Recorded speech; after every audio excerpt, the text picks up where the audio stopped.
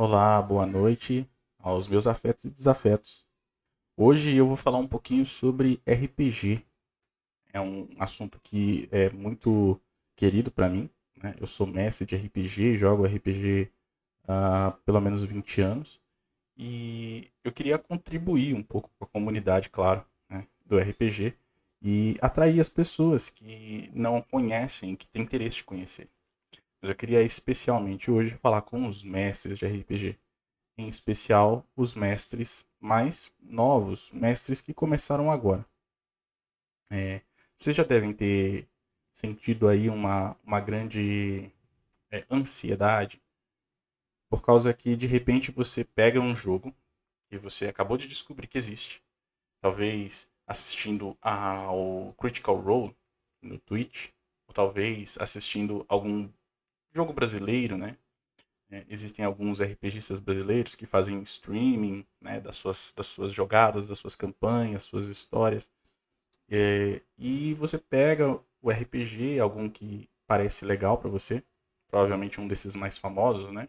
Call of Cthulhu, Dungeons and Dragons. E de repente você se vê com uma tonelada de material para ler. De repente você tem que gastar dinheiro e você ainda tem que ter uma boa noção de relações interpessoais. Você tem que falar bem, você tem que se expressar bem. Então, de repente, cai no seu colo uma grande responsabilidade. Ora, é apenas um jogo. Você não deveria se sentir assim, tão abatido, né, com a perspectiva de ser um mestre. Mas é sim uma perspectiva difícil. E hoje eu vou tentar colaborar um pouco. Ok? Bom, para quem já conhece aí o RPG, sabe que existem vários sistemas. Os sistemas abordam várias temáticas diferentes. A gente tem temáticas medievais, a gente vai ter temáticas futuristas, né? A gente vai ter alguns, algumas propriedades que foram adaptadas para o RPG, né? Umas propriedades famosas, jogos, filmes. E, bom, não falta opções. Então você, é claro, já pegou aí a sua opção. A maioria vai escolher provavelmente fantasia medieval. E ultimamente o mais famoso tem sido Dungeons and Dragons, quinta edição. E aí de repente você já leu o material, né, ou leu parcialmente o material, e tem dúvidas sobre como mestrar esse material. Quais habilidades você tem que ter, e como você vai coordenar esse grupo de pessoas, ou de amigos, para que todo mundo se divirta. E dentro desse peso que recai sobre o mestre, o mestre acaba imaginando que ele deve sacrificar o seu divertimento pelo divertimento do grupo, o que é uma mentira. Todos devem se sacrificar para o divertimento do grupo. Ora, o mestre sacrifica do seu tempo. Às vezes ele sacrifica até um pouco de dinheiro, pois ele tem que adquirir livros extras para poder suprir toda a necessidade do grupo. Talvez ele precise, inclusive, dedicar mais tempo do que os jogadores, porque ele tem que preparar o que vai acontecer na sessão e tem que jogar também. E tem que coordenar todo o jogo. Ah, e ele não pode, então, se divertir? É claro que pode, deve se divertir. Se ele não estiver se divertindo, é melhor então que ele deixe de ser mestre. Mas como se divertir e ser mestre ao mesmo tempo? Né? Esse é um desafio, aparentemente. Muitos dos mestres atuais se sentem pressionados a manter uma conduta e uma regra, uma qualidade, né, muito alta, porque a gente vê nesses streamings, né, que são absolutamente já pré-montados, né, todas as decisões já foram feitas, existe uma grande produção em volta e a gente acaba não sabendo disso. Então parece que é extremamente espontâneo e nossa mesa não vai ser igual. Então a primeira coisa que você vai fazer é abaixar a sua expectativa. Deve ser divertido, não uma superprodução. Deixem aqueles que trabalham com superproduções fazerem superproduções para nos entreter. Mas aqueles que não trabalham com isso, né, ora, que continuem jogando para se divertir. Bom, então Abaixar essa expectativa já é um primeiro passo. Bom, a segunda coisa é você tem que ter responsabilidade. Mas esse é um valor que todos nós devemos ter, né? Então seja responsável, leia os seus livros. Mas exija também dos seus jogadores que leiam os livros. É importante que todos estejam dispostos a colocar algum esforço na brincadeira. Não é brincadeira se só um brinca.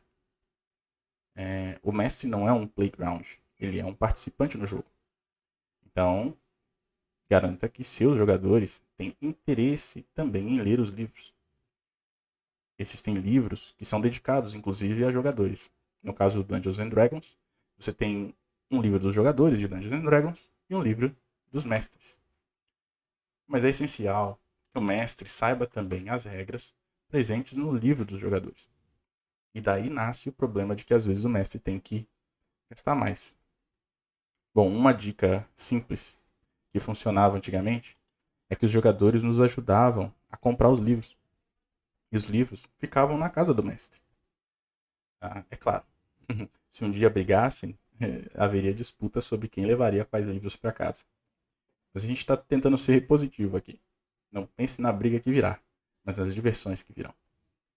Então, confira com seus jogadores se eles podem ajudar.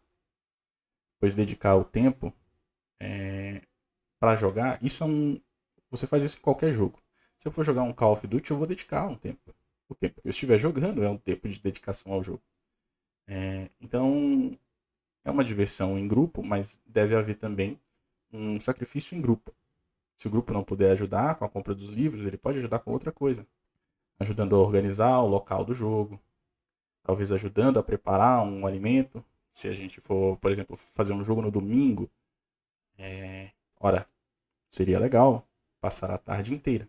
Mas precisamos comer.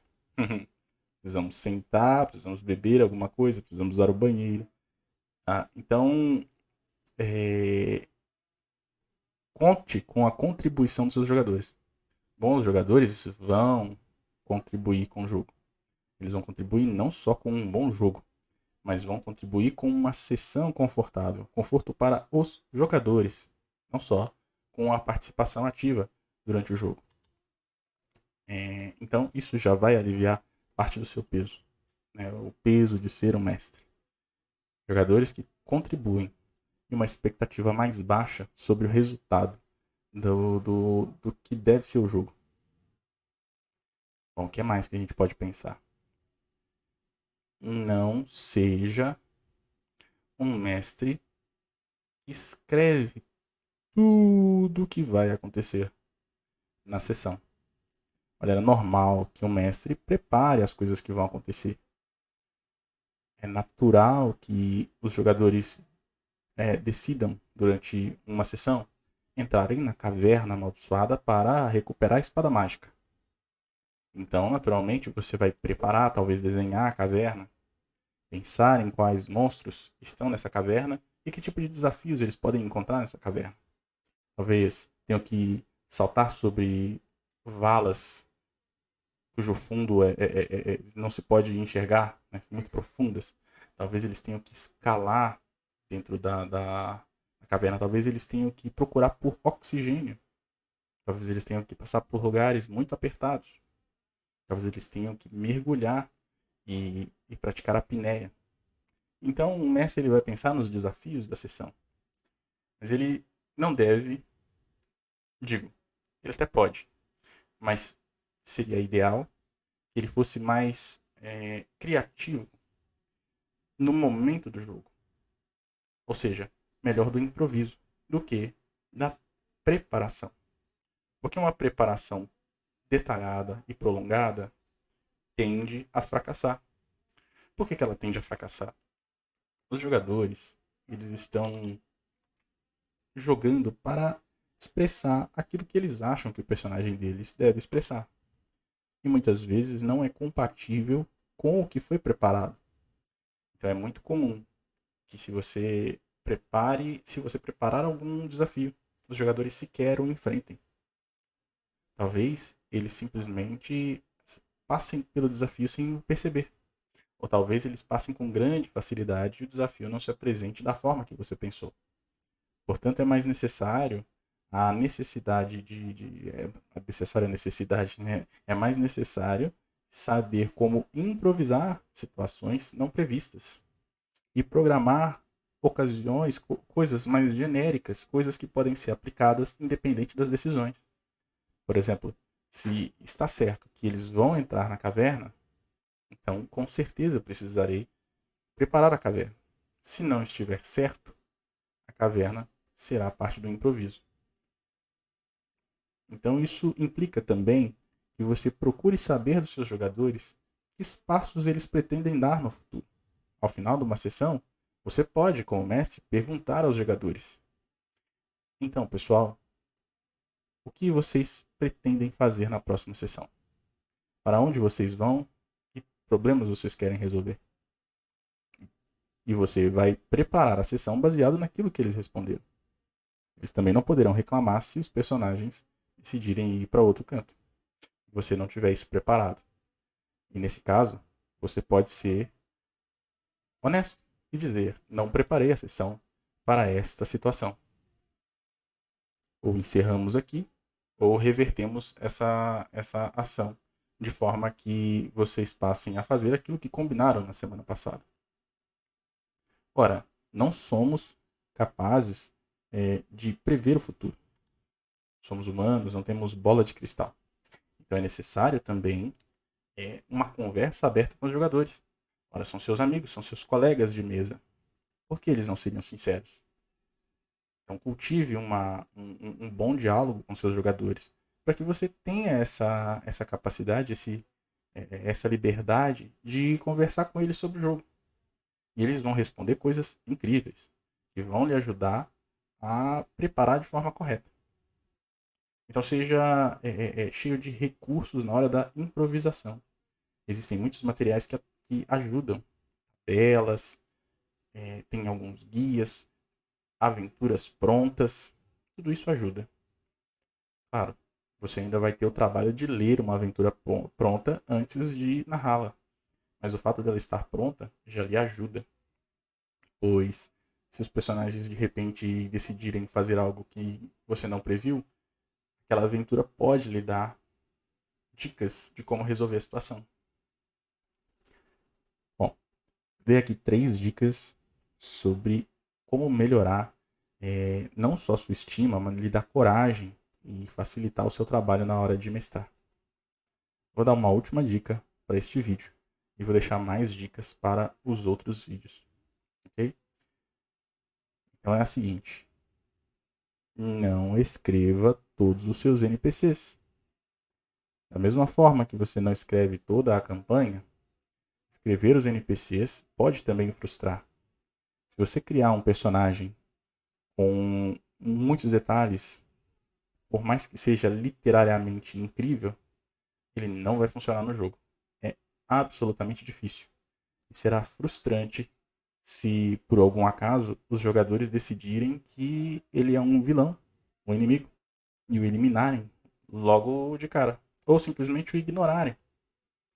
Ou não darem para ele o valor que você deu no momento que escreveu a história, né, o passado desse personagem.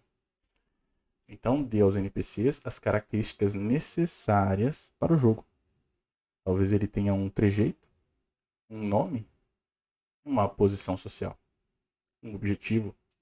Isso já é o suficiente. Ele não precisa ter uma ficha de personagem, tampouco detalhes sobre o passado, quem que ele amou, de onde ele veio, quem são seus pais, se ele tem irmãos ou não. Todas essas informações são inúteis. As informações úteis são só aquelas que contribuem para a campanha. Esses detalhes, essas nuances podem ficar apagados. Melhor ainda, quando eles não estão definidos, você tem liberdade para alterar esses detalhes quando chegar a hora. Por exemplo, imagine que você tem um personagem que você criou para ajudar os jogadores. E ele tem medo, talvez, do escuro. Melhor, ele tem medo de parasitas que vivem nas cavernas. Então vocês durante o jogo, os personagens entram na caverna para poder explorar. E esse personagem sempre fica mais atrás, ele é mais recluso, ele fala pouco e ele hesita em fazer as coisas. Mas você não disse essas características para os jogadores. Você espera que eles percebam ao observar. Mas de repente, eles não percebem e passa batido. Numa outra sessão, você vê que tem a chance de fazer com que, na realidade, esse jogador esteja com receio de entrar na caverna, porque o pai dele entrou na caverna e faleceu. Ou seja, um motivo diferente. Mas para a ocasião, talvez faça mais sentido, dependendo de como a história se desenvolve. Então você precisa dessa liberdade para alterar o curso do jogo sem comprometê-lo. Ou seja, não ter detalhes lhe dá essa liberdade. Os detalhes lhe prenderiam e você pensaria, não posso alterar, mesmo que essa ideia seja melhor, porque meu personagem já está escrito e toda a história dele faz sentido cronologicamente com a história do meu mundo. Vou lhe dizer a verdade. Nos meus 20 anos de jogo, nunca um jogador se preocupou com a cronologia das coisas. Eu muitas vezes fiz personagens quebrarem a própria lógica da ordem dos acontecimentos e nenhum deles nunca percebeu, nem nunca pôs em questão. Porque eles estão prestando atenção nos personagens deles, no grupo deles e no momento em que eles estão vivendo. O que acontece atrás da cortina do teatro, isso é um segredo que só o mestre precisa saber. Aliás, quando ele não sabe, melhor ainda. Porque quando ele sabe, ele cobra de si mesmo. E se condena e se atrapalha. Bom, galera, eu vou deixar vocês por aqui. Eu espero que isso tenha ajudado para que vocês venham a narrar melhores campanhas, jogar melhores jogos, que tenham um excelente momento com seus jogadores, com seus mestres. Então, mestres, cobrem de seus jogadores, mas seja justo. Seja justo com eles. Eles querem se divertir. Mas jogadores, sejam justos com seu mestre. Ele perde muito tempo e talvez ele gaste muito dinheiro. Talvez ele gaste muito mais do que vocês com o jogo. Então ajudem o seu mestre, colaborem com ele. Faça o ambiente um ambiente que é agradável para que ele continue a narrar essas histórias incríveis que ele vem trazendo para o seu jogo. Considerem que ele é como vocês, falho também. Um dia ele errará. E quem não erra? Então, relevem. Não percam a amizade por causa de um RPG. Ao contrário, tornem ele uma ferramenta para reforçar a amizade que vocês já têm. Ou usem-o para conquistar novas amizades, trazer mais pessoas para o hobby e, é claro, discutir essa coisa maravilhosa inventada pelo Gygax que chamamos de Role Playing Game. Então, meus afetos e desafetos, até mais. Espero que vocês tenham aí um bom fim de ano. Infelizmente eu falei com o vídeo de Natal, prometi 2 por semana e já fracassei, né? Vou ver se eu consigo recuperar esse atraso. Então, vejo vocês no próximo vídeo. Até mais.